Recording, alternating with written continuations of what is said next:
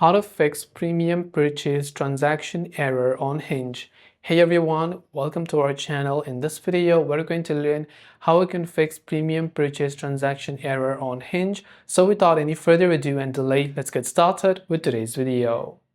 If you're facing transaction error whenever you're trying to purchase the premium subscription within the Hinge app, so maybe you're opening up Hinge over here and you're trying to subscribe to the premium service, but you're simply getting such type of errors over here whenever you're trying to upgrade it.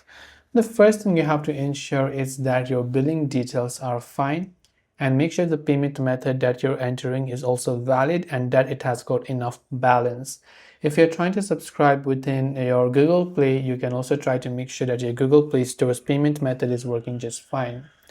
If that's not the case, it could have been due to multiple accounts. So if you have multiple Hinge accounts, even with different phone numbers, deleting one may resolve the issue. And after that, you can try to go ahead and then resubscribe to Hinge's premium plan again and see if that helps you solve the problem. I hope the video helps you out, and if you have got any questions, do feel free to leave them down below. Thank you for watching and see you in the next video.